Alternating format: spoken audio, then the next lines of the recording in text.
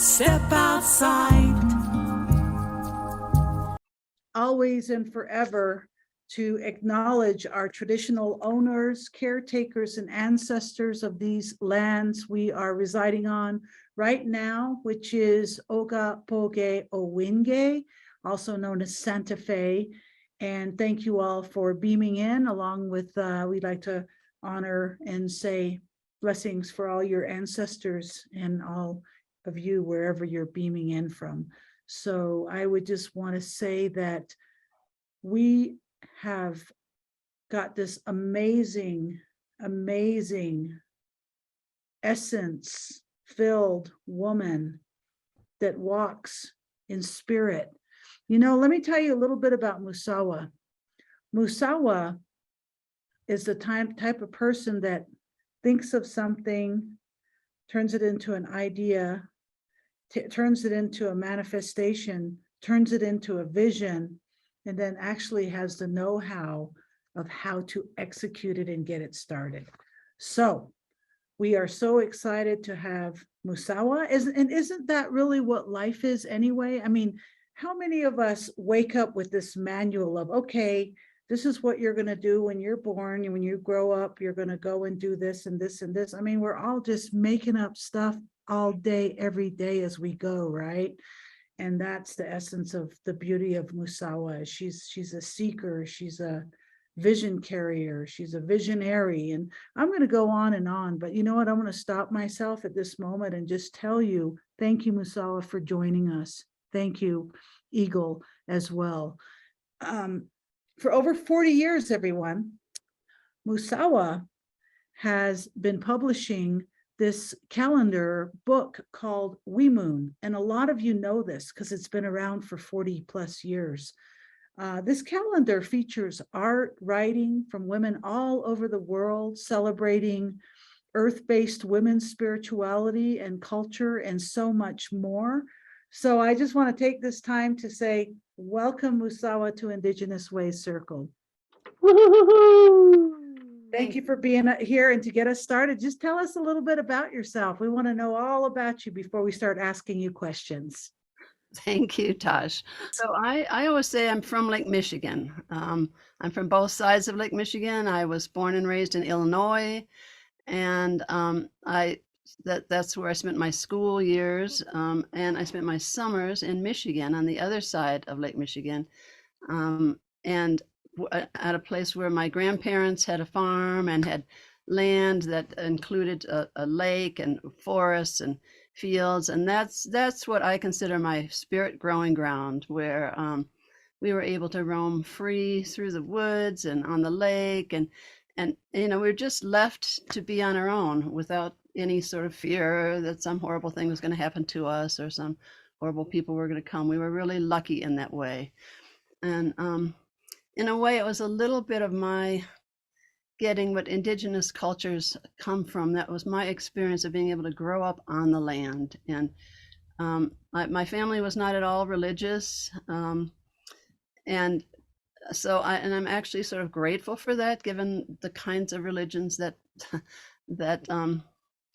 basically have prevailed in the Western world. And because I was open to spirit as I experienced it. And to me, that was in nature. That was just laying on the ground and opening, you know, being silent and hiding under the ferns. And I grew up with my cousins and my aunts and my uncles and my grandparents and my parents. And then my generation was like the third generation on that land.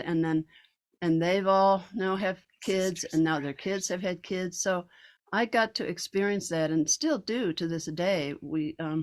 That land is what holds our family together. That is what we call it, the Charlevoix Spirit. That's the name of the lake, but that's what has inspired us throughout our lives in this modern world, where everybody's all over the map. I mean, one brother's in Australia and on the East Coast and the West Coast and all over, but that land is so powerful to us that we come back to it whenever we can. And I'm just, this is part of what eventually became earth-based women's spirituality, what is a whole tradition that is beginning to bring back what women have contributed, how women have held the values, the human values of the world, and tried to steer us through this time. So let's see. What do you want to know something about? Yes. Yes, that's really beautiful, Musawa.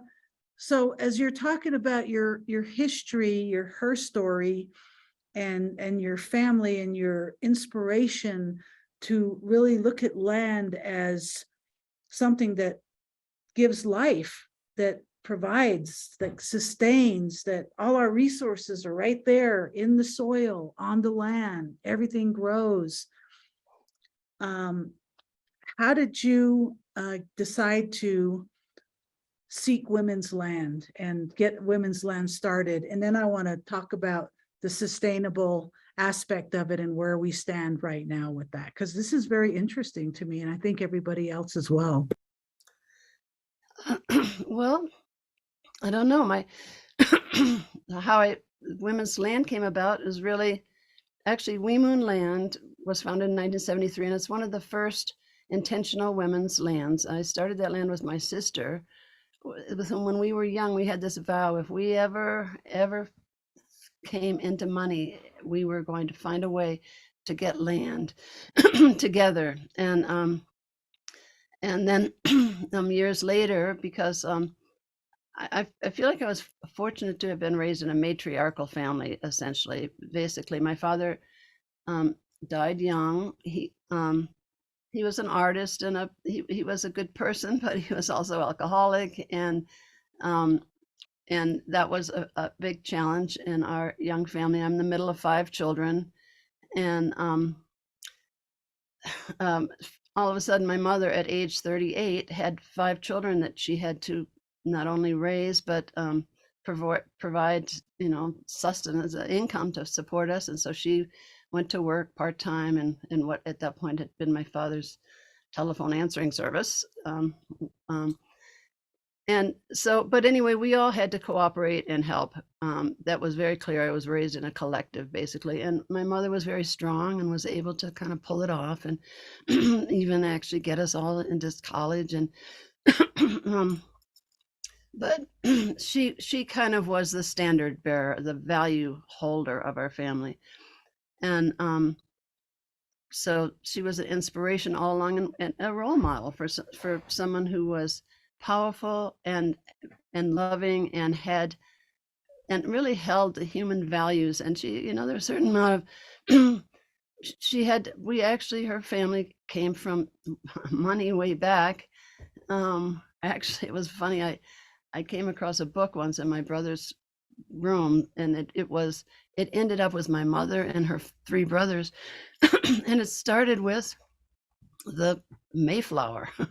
So that somehow it was actually a single woman, my ancestor, who came over on the Mayflower, and she Wordsworth, the famous poet, wrote a poem about her and mentioned that she basically, because she was a single woman, when the captain of the ship's wife died, he picked her. He wanted to marry her. And meanwhile, she was in love with the first mate. And so, but the captain ordered the first mate to go and ask her, her name was Priscilla, for her hand in marriage. And so he did. And my ancestress she was like, speak for yourself, John Henry. She was furious that he, who she was in love with, and he was in love with her, was asking her to marry the captain. And she refused, and somehow, so I think she was one of the first feminists of the Anglo culture in America. And of course, they landed in a land where it was indigenous land, where the great Mother Earth was honored as a goddess, and that women were respected as the life bearers, the one who had the power to give life from their own bodies and to feed children from their own bodies, as an invaluable resource for when humans were, how to survive. As in terms of, in relation to animals, we were very inferior. We couldn't run. We didn't have hoofs. We didn't have claws.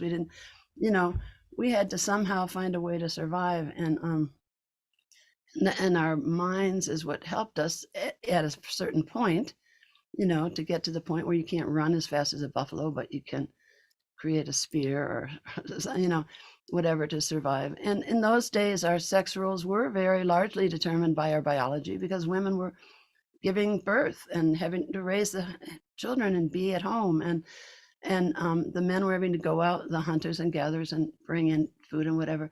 But all along, our ancestors, all of them, all the peoples of the world were all indigenous originally, all lived close to the earth, and all were the children of the mother and knew it and honored her and respected her and needed to learn from her to be able to survive and to. So at any rate, I think I'm going on one of my long tangents here, Tosh. This is beautiful. As you're talking, I'm thinking about Rome and Egypt and before the Dark Ages and what was happening with how people were surviving, essentially just flat resources of stone and brick and mortar, and using our beautiful minds as a rational human intelligent species to build and do all of this stuff. And then the Dark Ages happened, and then something changed from that, and a lot of women's were called pagans, was kind of shut to a close and burned and hidden. And the same thing has happened with the indigenous people here in America, as you know, where a lot of our stories, people tried to let's not talk about it anymore. Let's talk about something else that doesn't belong to us. So thank you so much for doing that. So when did you make your first attempt to start Women's Land, and where was it, and what year was it? Okay, in 1973, as I said, we started the Women's Land, and it was started as a farm, as a women's farm. And we had to learn everything. Every single building on the land was built by women. We didn't. Where is Weemoon? Where is it? Weemoon Land is outside of Portland, Oregon. So it's a land. Sometimes we made up women's lands for a lot of the places we came from, like Oragaya and Califia was an Amazon, Black Amazon women, that actually California was named after. And and I also, but that land was started in a time when, the nuclear family has not been a good training ground for how to live in community, how to live in peace with each other, how to learn how to communicate and deal with conflict in a good way and be connected with all there is. We've had to learn that from scratch, and we didn't have any language at that point, and so it was pretty rough. We just got stuck. When there was a feud, we just got stuck in the feud, and then we'd have to live like that for a long time. And very early on, so that was my entire inheritance. It just went into paying for half the down payment that my sister and I put together to pay for that, and the rest of it was paid for the community over the years. It has been paid off by now. But and how large is that land in Oregon? That land is 52 acres. It's fields and forests. There's a creek that runs through it, and it's in farmland. It's really in farmland, but it's right on the edge of the farmland and the forests that lead up to Mount Hood, the mountain that is on our horizon. When you go up into the upper fields, you look and out, you see this beautiful snow-capped mountain, which is our mother mountain. That's so beautiful. So life is sustainable there. I mean, you can grow stuff and farm and have animals and right solar power it up and all that kind of good stuff. Right. We haven't, when we tried with Y2K, when we tried to have solar power, and that knocked out the electricity and burned down the whole house, unfortunately. So, we've had troubles along the way. We didn't have any inside barn to milk the cow, so we had to use the shed and put the stanchion in the door so the cow's head was inside of it, and we were outside in the rain. Oregon was very rainy, milking the cow, things like that. We've gone through many generations of lesbians. We were lesbians who started that land, and that's another whole story. It was like sort of bar dykes and women's lib dykes. We were, there were different sort of class differences and lifestyle differences, and that's part of what we came together with, the three sisters, me and my sister Leslie Moore and Charlie Brown, or Sharon Keeler. She and I were the ones who tried to get together when we were trying to find a way to have a place where we could meet as lesbians in public. At that point, it was the gay bars, and actually it was the drag queen bar in Portland that we all gathered, and we were LGBTQ. We were definitely a coalition. We had only one place we could go, period, and we were together, and we knew each other, and we were friends, but we were very different. They were up. Anyway, we don't have to go into all that, but the women were back playing pool, and the men were up dressed up and fancy and having fun playing as women. And in those days, they called themselves women impersonators. But they were proud of it. They were drag queens but at the same time, it's very hard then, as it is now, to be completely going against the society's ways of how you have to be. But nonetheless, we came together on the land, but then there are all sorts of differences, like, was it okay to be naked on the land and in front of the kids, and different things. We would, like, some women would want to sing around the fire, and the Bardaks would come out with 6-packs and drink, and it was all kind of mixed together, and we really struggled, tried to find a way, but we valued the land, and the land, that's what Charlie Brown brought to it. Is she was raised as a lesbian in Utah, rural Utah, where there was 100 miles between every lesbian in the state. It was there wasn't much community, but women, neighbors helped each other, and that was the idea. That's how we could get through our differences, is that because we all loved the land, and we would help each other, and we would live as neighbors on the same land. So that was kind of the original place where we started from, but we were still at a very elementary level, and it was really difficult. And I ended up leaving the land early on. My partner, I had a French lesbian partner who had come to this country as an immigrant from France.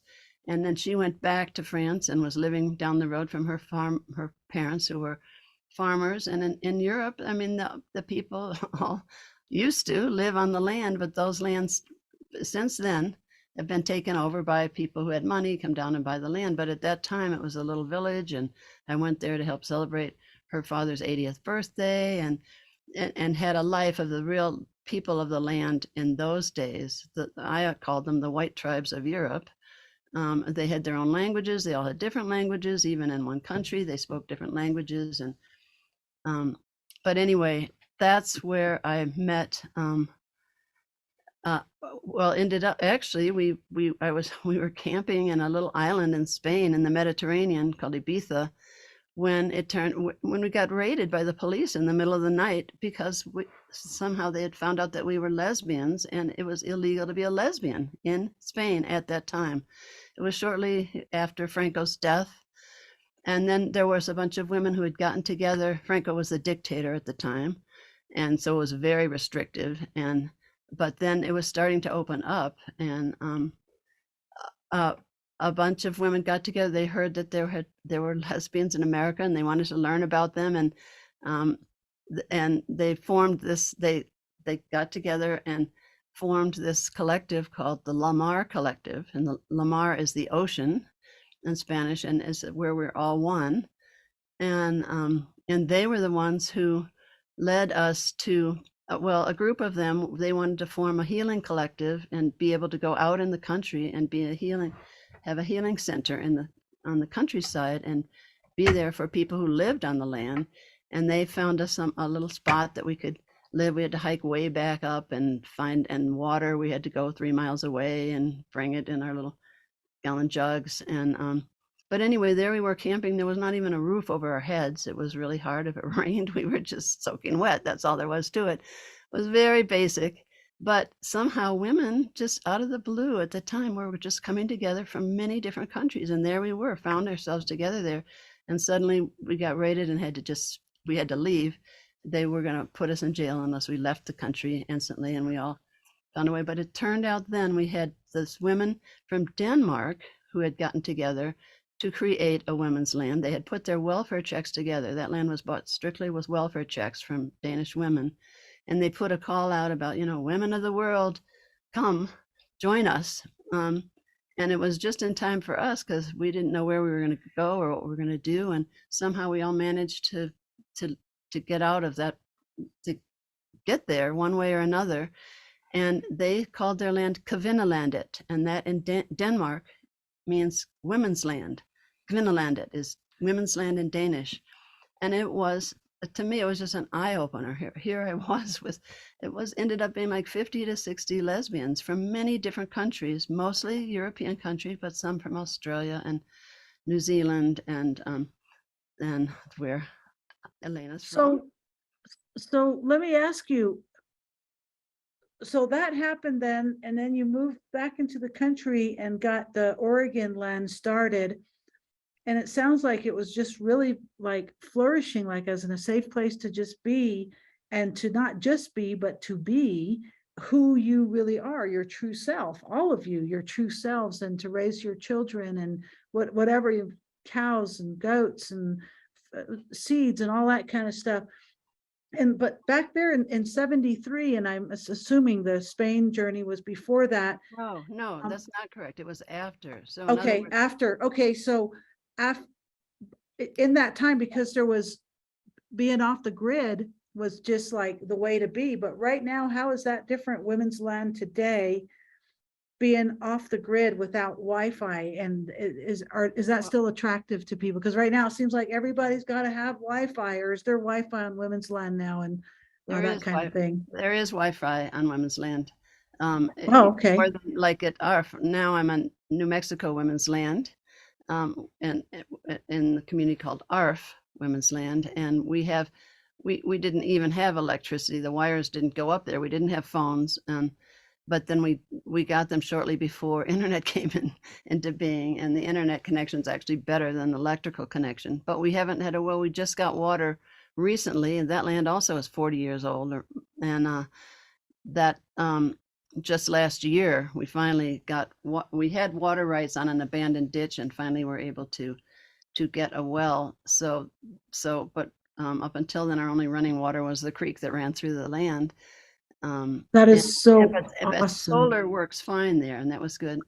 But I wanted to say you kind of skipped us ahead there from Kvinneland, because Kvinneland, what happened was actually Weemoon was created by women from Kvinneland in exile from Kvinneland, because after having been kicked out of Spain, then it turned out that a drilling company, international all-male drilling companies, surrounded the land literally, and were drilling night and day with spotlights on, and the sounds of the drills and drove us off the land. We ended up, we just couldn't survive on that land.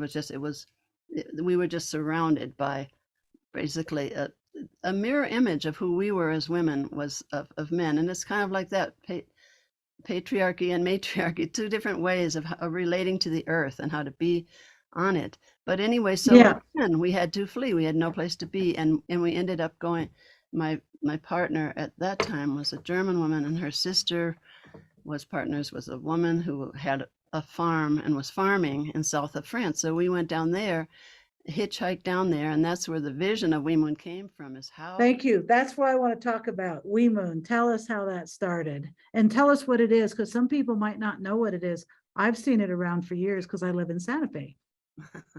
Well, Weemoon, okay, so it was started by this motley crew of whoever could make it down to southern France at that point, and the women spoke 5 different languages. It was English, Spanish, French, German, and Italian, I think. And so, but anyway, we were like, okay, while we lived together in the land, we were singing our songs from our different cultures. We spoke different languages. We could hardly, we could communicate through our culture and through our love and through how we were living on the land. And so we wanted to pass that on. We wanted to carry on that tradition, even though we were now scattered and once again had no place to be. We found this farm that we could just be on for a while, and we I just had this vision of, let's create a women's moon calendar. And actually moon calendars are the original calendars on the earth. Women etched on stones and bones the moon cycles so they could track their own period, because women's cycles are, in tune with the nature, with the lunar cycles. And that's how women were able to know when their period was coming. And those were the original calendars on Earth. And so we wanted to create a moon calendar with the 13 moons of the year, which doesn't fit exactly into the 12 months, but pretty closely. And also to connect with the stars and, and nature. So we moon is we of the moon, it's WE apostrophe MOON is the name of the we moon calendar. And that means we of the moon. And we used that became our definition of who we were as women. That that was an early attempt to come up with our gender identity, but it was really an attempt to come up to define our sex, our biological sex, in a way that felt consistent with who we felt we were as people, that we were part of nature, and that instead of being women or females, instead of having our definition be in relation to men, we wanted to have it be in relation to the great Mother Earth and the moon and the stars and nature. And so we named ourselves We Moon. And so the first We Moon calendar was put together, and actually women then translated it. So it was handwritten. I don't know if anyone's seen my handwriting. It's kind of pretty bad. But anyway, and different women handwrote their own, would translate. So everything that we said was translated into 5 different languages.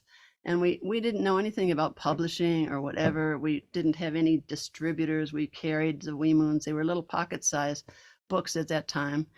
And there were no straight lines on it at all. It was all curved. The lunar cycle, and every moon was, instead of January, February, it was the new moon, whenever the new moon was at the full moon, and then the next new moon was the beginning of the next moon, and there are 13 of those cycles in the year. And we just told our stories, and at that point there was only there was one piece of art behind the door in this house of this the farmhouse where we lived, that came from the women in Italy who had started a village. They had the government was giving away villages because they were empty and no one was living there. And so that was a place that women in Italy could get together. And this was something that was happening all over the world. We didn't know that. We weren't communicating with each other, but it was in the air. It was part of a big shift that was starting to happen. And for women who, for us as lesbians who loved the earth and it was a women-loving, nature-loving community. We found little places here and there and the other place all over the world, sort of. I mean, there were not a whole lot of them, but we found places where we could start a life and share what we knew and what we were learning and grow our own food and gather our herbs and teach ourselves values that were different and heal from the trauma of patriarchy that most of us have experienced in one form or another. It was a total another way of life that was against how we wanted to live. And we were just doing it from scratch. We were making it up, just like we made up that name. Oh my gosh. 5 years later, so 5 years, the first 5 years of women were created in a different country every single year. And then we ended up coming back to the States and going back to that land that I had started in 73. And by that time, We Moon was started in 1980. Kvinnaland was the last few years of the 70s. And then in 1985, 86, I came back to the States, and that became the beginning of the next generation of that women's land. And there was one in between. It had become Who Farm Inc., and it was another amazing story of women just gathering who didn't even know each other from all over to keep that land going. But at that point, it was not happening anymore, and it had been basically abandoned pretty much. Oh, no. And so I went back, and we raised the money somehow from the community in general, and just kept going. And that point, that was now a job we had. Although at that point we weren't actually making money off it. We just had enough. Whatever money we made went into the next edition. That happened for the first 13 editions of We Moon. Was just volunteer labor of love. Wow. That But is so eventually it cool. became a job and a way to support ourselves on the land, which is another very important part of how we can keep our women's lands going, is being self-sufficient economically there. So And that, actually the internet makes that possible more now than it used to be.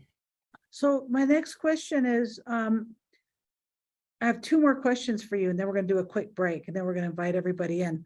The question I have for you is, what do you see in the future for women's land? Do you see it continuing and it thriving? And do you see the need for more and more people to get back in their backyard into the soil and put some seeds in and start growing? Because that's, we need to go back to the original ways of survival, which is our greatest resource is Mother Earth. Right. Our other resource is Father Sky. And with that, people's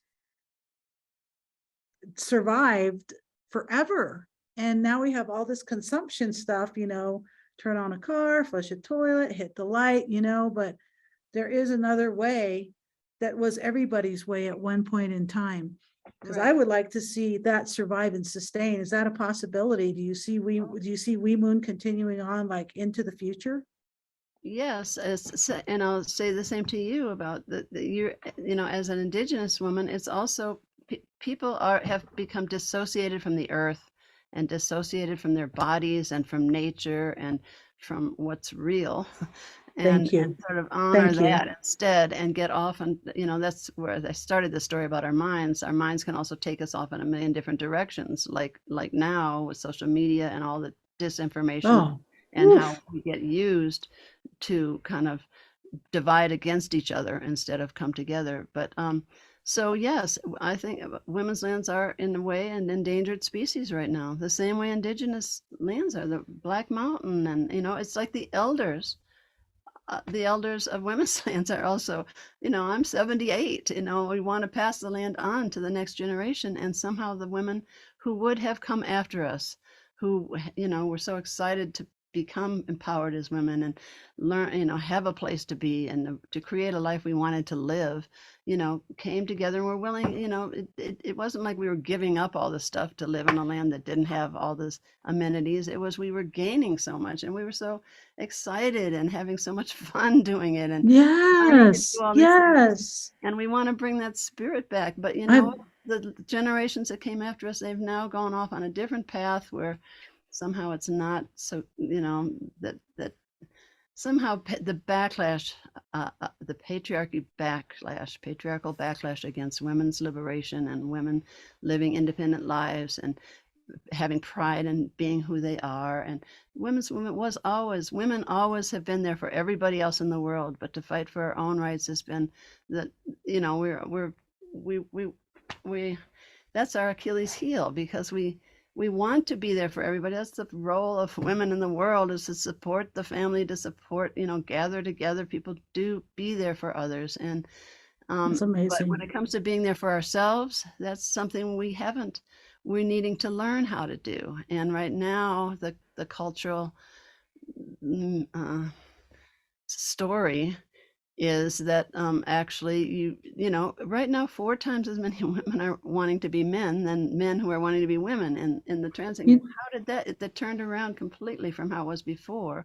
4 times as many women wanted to, men. Anyway, it got reversed. And why? I don't know, but we do not need to be fighting against each other. We were the ones who laid the foundation for non-conforming gender identity. It's just that we can do that in whatever body we were given. And so we somehow have to break through that thing that means that we're bad if we want to live together with women, as women on the land, with nature. That we're not against anybody else. We're just for women finding who we are in our bodies and being whoever we are in the bodies that we're given, and learning how to create a life that's loving for ourselves. And we'd love everybody to be able to do that too. Thank you. So. Thank you. That's great, Musawa. I've got so much to say. What I can say right now is that I'm very grateful to be Danae. I'm grateful to be Navajo because my culture is matrilineal and continues to be. So I don't think that's going to change anytime soon. We got some very strong women that I come from ancestors on Black Mountain, and there's still women and men on the mountain that are still living in the old way and know how to survive off the land without the amenities, without running water. And it's rough, but it's beautiful. It's sacred. Everything is so much more sacred and beautiful and special. Thank you for all that you're doing and who you are, Musawa. The last question I ask all of our guests is, what is your definition of thriving in purpose? You're asking me that. Yeah, Asking yeah. all of us that, yes. Well, when I graduated from college, and it so happened that I actually went to Harvard as a woman at Harvard before women were acknowledged there, and I happened to graduate in the first class where they gave us a Harvard diploma in 1966. Up until then, they just sort of pretended women weren't there, and women who had the same classes as the men did not get a Harvard diploma. They got a Radcliffe diploma that no one had ever heard of. But anyway, why am I bringing this up? Oh, because when I got out of college, I was like, okay, now what do I do? And I thought that the question that arose in my mind was, what is most needed on the earth today? What is most needed in the world today? And the answer that just came to me, I mean, this was just like my guides or something, my conversation in my head, but it just came to me was, people, we need to learn how to live in peace on this earth. That's what is most needed in the world today. And that's what led me, and one thing after another, it was basically, I felt I could find that most with women on the land. And so that sort of has become my passion in my life, is and that's where I want to live and where I am living now. Beautiful. So that is so Mother beautiful. Nature is our teacher. She lives in harmony. She is in balance. And without that, I mean, we see the climate disaster, what happens, she will have the last word. So whether we get her message or not, that is what we need to learn. And for me, living close to her and learning from her how to live in peace on this earth with all our relations. That absolutely. Animals, four-leggeds, they're teachers, winged ones. If we could just learn from the animals that survive in nature and just learn from them. It's like, it's like generations of felines, they teach each other. They learn, they watch, and all that. And diversity is an important part of it. Diversity is what helps us be creative, and absolutely don't have to be against each other because we're different. We get to respect our differences. That's right.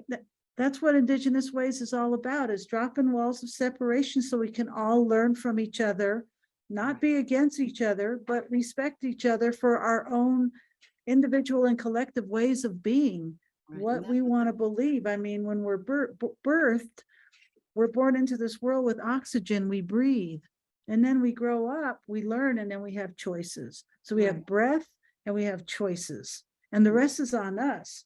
Everything outside of that, we're powerless. I love it. Thank you. That's the basis. Thank you so much. Matricultural values. Thank you. Well, you know what, Musawa, I think I'm going to pass it over to Elena real quickly, and then we're going to all come back and have some more fun. Thank you. Much love. Awesome. Thanks so much, Musawa, and being here, sharing background about how We Moon came through. Really appreciate that. I'm just going to do a quick commercial break, and then I'm going to invite everyone that's in on Zoom. If you want to turn on your cameras, there'll be a time to then. And anyone in our social media, if you have any comments that you wish to share, questions that you might have for Musawa. This is what's going on. Our next Wisdom Circle, so it's always the third Wednesday of each month. We've got Dr. Melanie McKay Cody, who is a deaf Cherokee who earned her doctorate degree in linguistics and social cultural anthropology. She has really looked at the endangered Indigenous languages in Turtle Island since 1994. So she's going to be coming in next month, um, and speaking about that. We would love you to join us in that. And if you want more information or want to look at Musawa's video or share that, please go up to our website, IndigenousWays.org. There you will see over 175 presenters in our video library, which we've hosted since April 2020. So this should be available, this recording, quite soon. You can also go and subscribe to our newsletter, find out what we've been doing or up to or what's up and coming at IndigenousWays.org. So please subscribe. And if you're in any of our social media sites watching this live or the recording of this, please be sure to like our pages, whether that be from YouTube, Facebook, Instagram, and our Twitter pages. We would love to have you there. Now, all of this is possible because of our sponsors. So I want to give a big shout out for our Indigenous Ways Wisdom Circle that we've had 2022, making it possible. So a big thank you to the National Endowment of the Arts, the City of Santa Fe Arts and Cultural Department, the New Mexico Humanities Council, as well as the new National Endowments of Humanities. I also want to thank each and every one of you as well, and also our board members who have made this possible through your individual donations. And if you can go to our website to the donate page, or we've got PayPal, Venmo if you're able to give. One of the things that we've been proud about since we've been doing this, all of our virtual events, Wisdom Circle concert series, have been free, and all of them have had ASL interpreters, making access available for all. Also a shout out to Mariah, who's on, and also Zol, who was doing our ASL interpreting today. And a lot of you know that we've just finished our Indigenous Ways festival, which was from May through to September each month in a park in Santa Fe. We wanted to see how we could bring our community out safely. This was also a hybrid event, a live event. So in order to make it better for 2023, we would love for you to do the survey, which will be closing at the end of the week. So if you've been a part of that in person or online, please go to our survey. Let us know what you think, what we need to do that could make your experience better. It's a family event. It's all sorts of things. So thank you making that possible, and we want to hear from you as well. And in saying that, it's that awesome time. I'm just going to open up the line here. So if you want to come in or start your video, now's the time. While I'm here, I'm also going to go, if you're in our social media, I want to encourage you to write anything while people are figuring out where their cameras and things are. I'm going to go to Marilyn Brown, who has made some comments, which is starting with many of the women on the land, if not majority, with the expectation of one or two, have second homes and 2 or 3 cars and go away winter. How does this equate to living on the land and supporting the land? I don't know. And she also said this, and this is what's great when we have discussion, like how do we grow with what happens. ARF is not open and or open to black and brown skinned women. It is filled with white women who still have privilege and have not let go of it. We Moon is very similar. Why we may have suffered as women, they certainly carry on with it, and they could get it from the system as white women. Huge difference. And she says, I can no longer listen to this conversation because I've had experience at ARF and other women's land. While there are intersections here, it is not enough. Many are not doing their work. So if you have anything for that, and then we'll open it online. Thanks for that, Marilyn, and thanks, Musawa. Could I respond to that? Absolutely. Yes. Okay, so for one thing, there are Indigenous women's lands as well, and I want to point this out.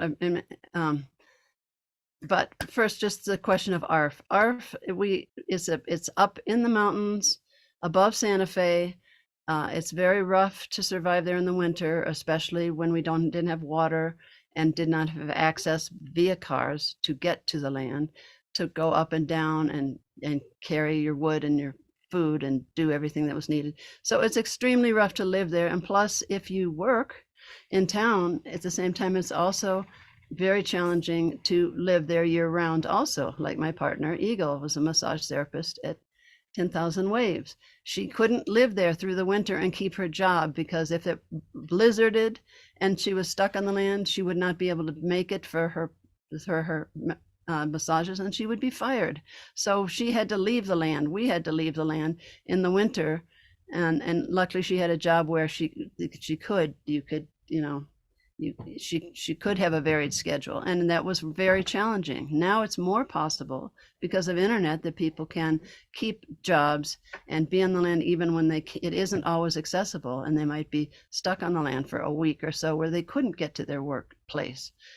So that is a big part of it, that it is very, very challenging, especially when we didn't have, you couldn't, there's no place to get a shower on the land or have a bath or, cooking and food, Right. So, Right. so a lot of the women who have lived on the land but don't live there now can be very critical of how we are not doing all the things that we would like to be able to do, but at the same time they're living in houses with electricity, running water, amenities where they can get to their jobs easily and drive their cars easily, and they don't have some cars that don't work that are still left around on the land. Right.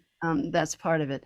But I want to bring up one more point, that there are there's a land in Oregon called Native Woman Share. It used to be called Woman Share. It has a whole history, and the women have passed it on to two young Native women, Lycan and Fox, and I encourage you, they are experiencing the same thing we all are experiencing about who really wants to live in the lands. Where are the women who really want to live on the land and live in these conditions and build their own houses and learn to fix their cars and do the work that's involved and learn about permaculture and organic gardening? We're looking for those women, and if you are or know some women who want to do that, put them in touch with us. Also, wemoonland at gmail.com.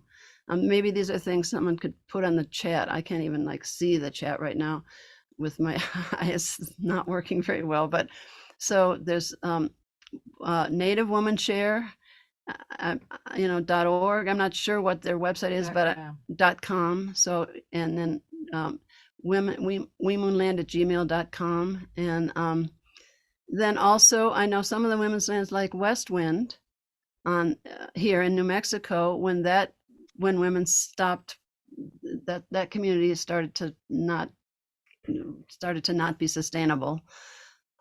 They gave that land to the women's sweat lodge in Albuquerque. Some Native women in Albuquerque who have had sweat lodges every year, I think. Sundance, I'm sorry. The women's Sundance. I don't think that's been happening the last couple of years during the COVID years, but so that's another possibility for Native women's lands. But all of our lands, we're kind of in that same situation about people being dissociated from their own bodies, from the earth, from natural life, and don't think that that's where they want to be, that the glitter of the techno world is distracting people and also putting us on another track, and there is a way to live on the land and also be plugged in, and that is making it, I think that's giving us hope. There's good and bad parts of technology. It's Of course. And use that. It's our choice which way we go. Of course.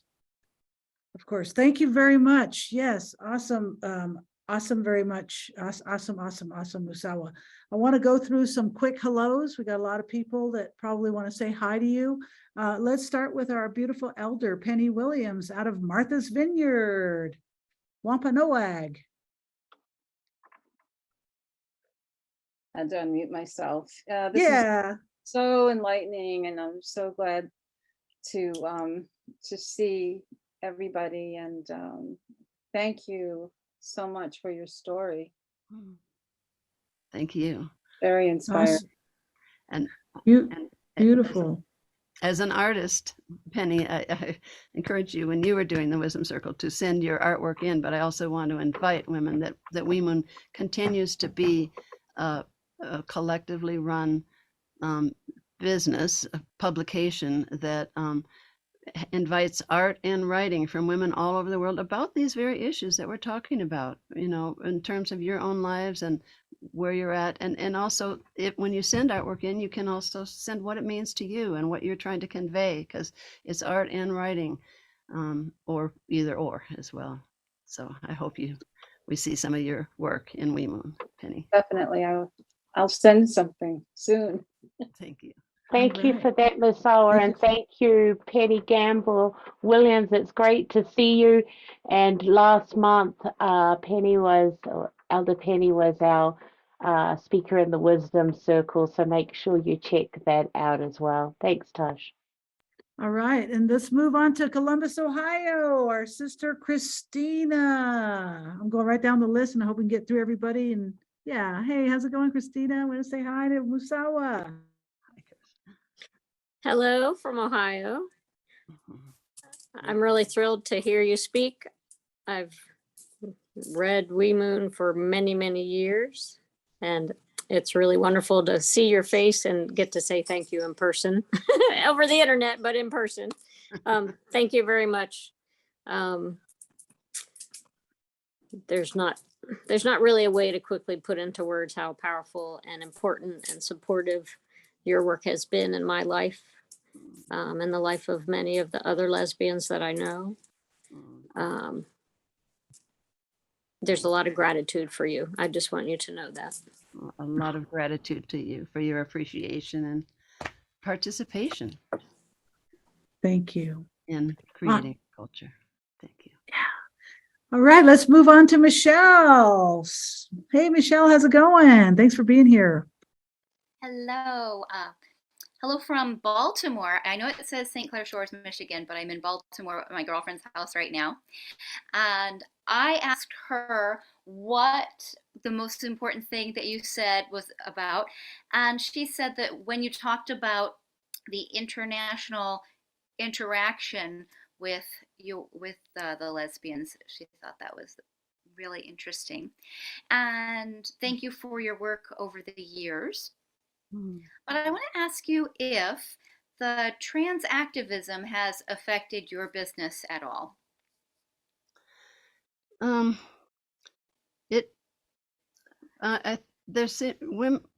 It seems that WeMoon has managed to survive and actually thrive through these issues because, and the trans activists, I think there are a lot of women and men who have been positively influenced by an expansive version of women's culture and have benefited from it. But you know, so yes, it has its effect.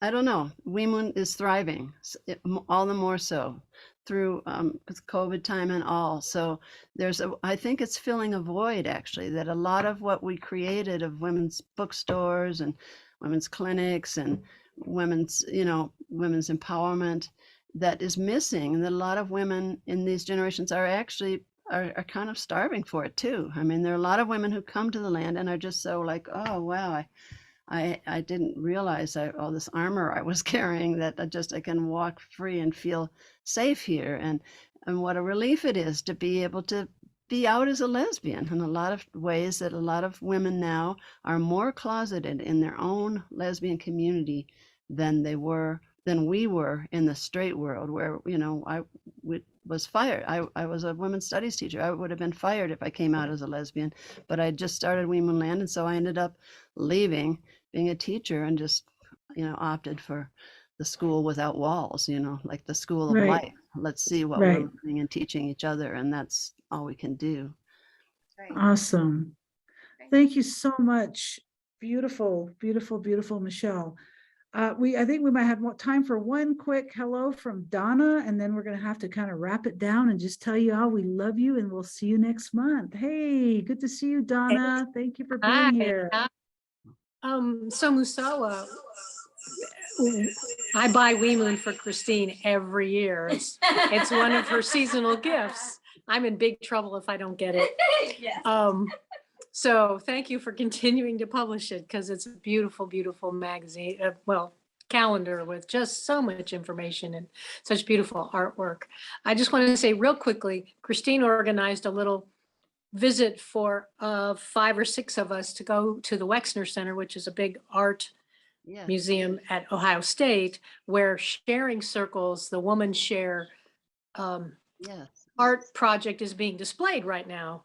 And interestingly enough, and so like most of us were of the older generation, and the docents were more interested in our stories than in the stories we were looking at in the pictures and stuff. And they were happy to share, but they were like fascinated by us, because we were the older lesbians who actually lived the same stories all around the country. And so it's good to hear your story as well.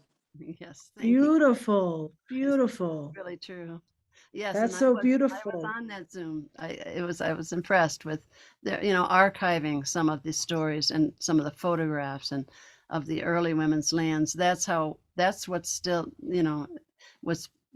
that's a way that women are getting access to this lifestyle that's been kind of pushed aside and put down, and somehow it's coming to life in that, because there's a real need to see that. Yes. I want to great. also point out that I've just created a Weemoon Tarot deck, which I hope you might look into. It's a deck of 78 art cards from art in Weemoon 20 years before the 21st century and 20 years after. So it's this sort of big turning point that we're at, is a multicultural vision of women put in the form of a tarot deck. It's kind of like soul cards.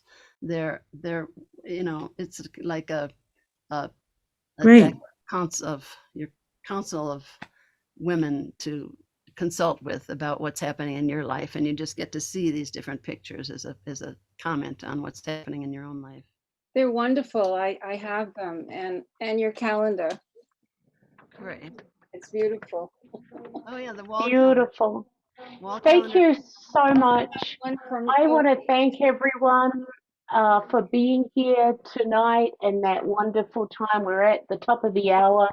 So whether you joined us live through the Zoom or social media, or you're watching the recording of this, thank you for your time and essence. Also, thank you to Mariah Garcia and Zoe Yarba, who is our interpreters tonight. We'll look forward to seeing all of you. Mark your calendars, November the 16th, back same channel, same time, with the beautiful Dr. Melanie Mackay Cody, who will be sharing.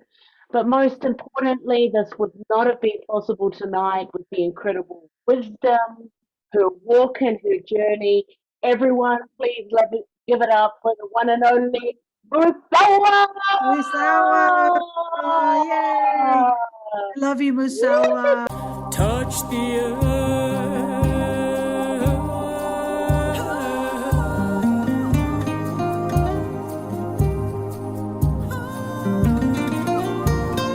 Feel the rain.